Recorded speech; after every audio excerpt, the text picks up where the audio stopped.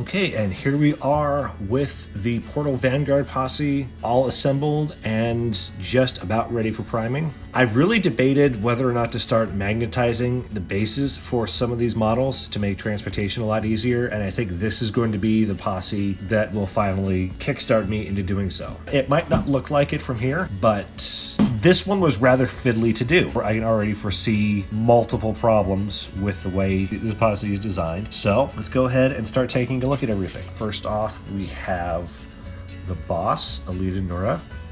And as you can see, her actual sword is missing. I believe that bit may have just broken off somewhere, so I'm going to dig around here for a while to see if it fell out somewhere. I don't believe it did, so I may have to write to Warcradle to get a replacement.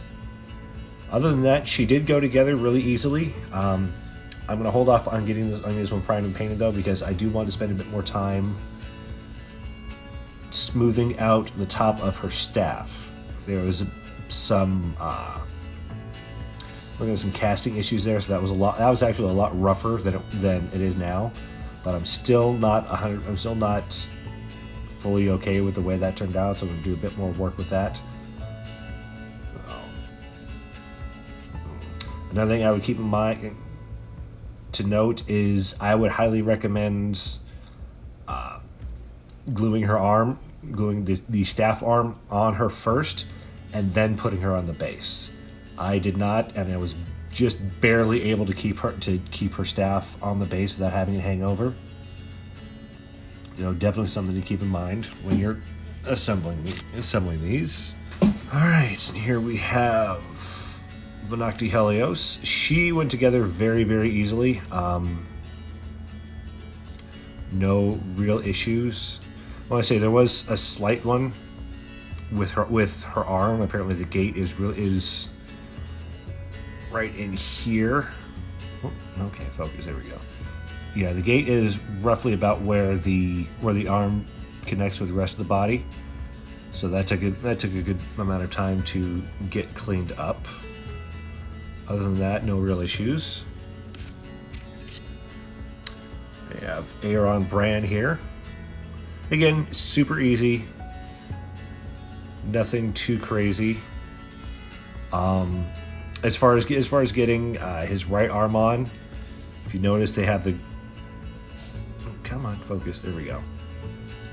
They have this the tube here leading to his backpack generator, which will help you get that aligned. Other than that, pretty simple. Okay, and with that, we're going to go ahead and get into the problem children of this posse, which are going to be the two Corcaroli models. And those of you with a lot of modeling experience can probably figure out exactly where the issues are going to be. So, if you remember back at the unboxing portion, we saw that the chains and the spikes here are separate components. And if you were also paying a lot of attention, you noticed that the gate for these was right at the base where they connect. So I would recommend once you've clipped the points off of the base or off of the gate and clean off whatever excess material is there, you spend a bit of time just scoring it a bit to give the glue a bit more stuff to grip to. It's going to be really tricky with such a small surface, but it will be useful. Another thing, the chain storage wheel on his back, that's a separate component, and they connect with separate chain links to the arms.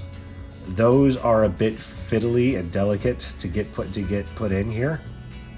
Catan here was not that bad. It did take a little bit of just finessing to figure out exactly where the right spots are to get it put in. But yeah, with him, my main concern is the ends here. Those I can definitely see breaking off, which means I will most likely get these guys magnetized very soon.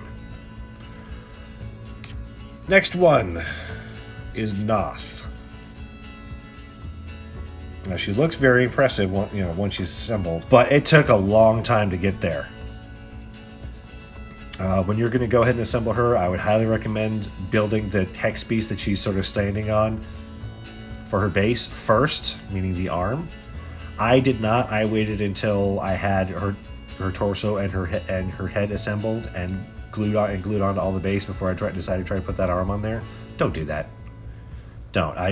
I spent like 10 minutes trying to wiggle it and try to wiggle it enough into the right spot, and I just couldn't do it. So I took a bit of creative modeling license and had the hex piece arm just off somewhere in the distance. Make sure to put down a good amount of whatever passes for blood for these guys down in the snow as well.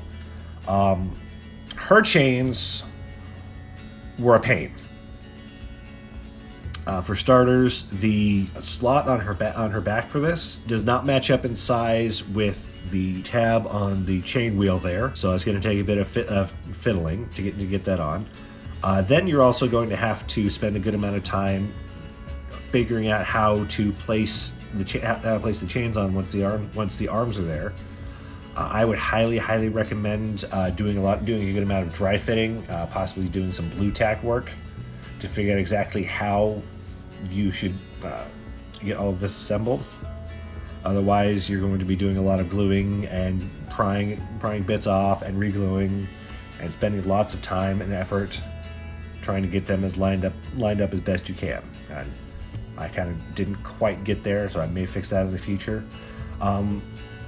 If you have the material, it also might be a good idea just to make your own with some lengths of like hobby chain or something. If you don't feel like trying to get the resin bits exactly at the point where they need to go, that is definitely another option. Something I seriously considered while fiddling with this. Don't think I took a look at Jana. Jana went together very well. I did have a little bit of cleanup to do on the inside of her pauldron there to get the arm to sit where it needed to be, but other than that, no real issues. She's actually one of the ones I'm really looking forward to painting, so I may get her done first once she's ready to prime. And last but not least, we have the new portals. Here's how they look on the base. The resin for this is surprisingly tough, so don't be surprised if you have to spend a good amount of time chipping off a lot of excess material from the gates to get it to sit as flush as you'd like.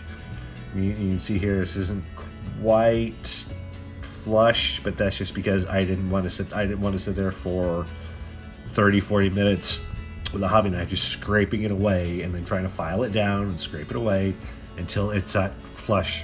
So this one, yeah, it's good enough. It will do a good job. And for anyone who's curious, I also have a first edition portal to compare. Here we are, one fully assembled portal from the first edition of the game compared to the new one. See, obviously the base size is a lot bigger. The portal's a lot bigger. And this one looks like it'd be used very easily for just a generic portal that anyone else can make. This one definitely has more of an order feel to it. I have to say, for my order forces that will actually be using portals, I kind of want to see how many of these I can scrounge off of eBay and other internet sources, because this one looks like it fits the aesthetic for the order a lot more than that does. This one, like I said, is great as a generic portal for every other posse. This one I kind of like for the order more. So we'll see how that goes. Alright, so stay tuned for the next video, which will go over tactics. That one is going to be delayed a bit, as we're currently waiting for the next stat card update to drop. And I will see you guys in the next one.